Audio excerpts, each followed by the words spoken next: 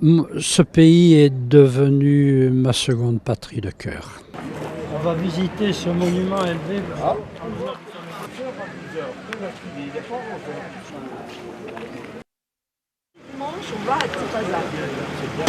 Je suis né dans une rue de Levallois-Perret où il y avait beaucoup d'Algériens qui habitaient.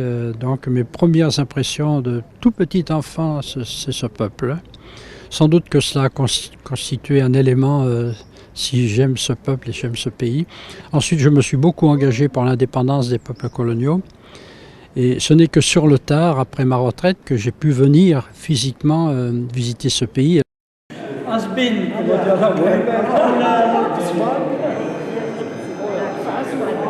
Ma première profession était instituteur.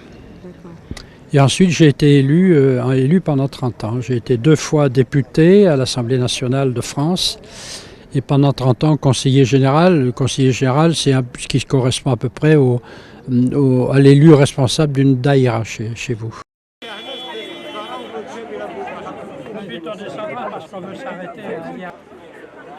Lorsque je suis devenu adolescent, je me suis engagé pour l'indépendance du Vietnam d'abord et puis de l'Algérie ensuite. C'était un peu la continuité de cette affection que j'avais pour les Algériens que j'avais connus étant enfant. Donc là, on rentre... Ah, j'étais jamais venu là. J'étais engagé pour les indépendances, j'ai toujours condamné la colonisation. Et je pense que l'amitié véritable entre nos deux peuples ne peut pas se construire sur l'oubli. Il faut que les Français sachent les sacrifices que vous avez faits pour arracher votre indépendance. Ça, c'est les Turcs.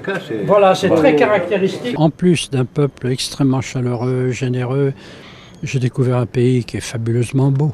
Voilà, voilà, je vous aime.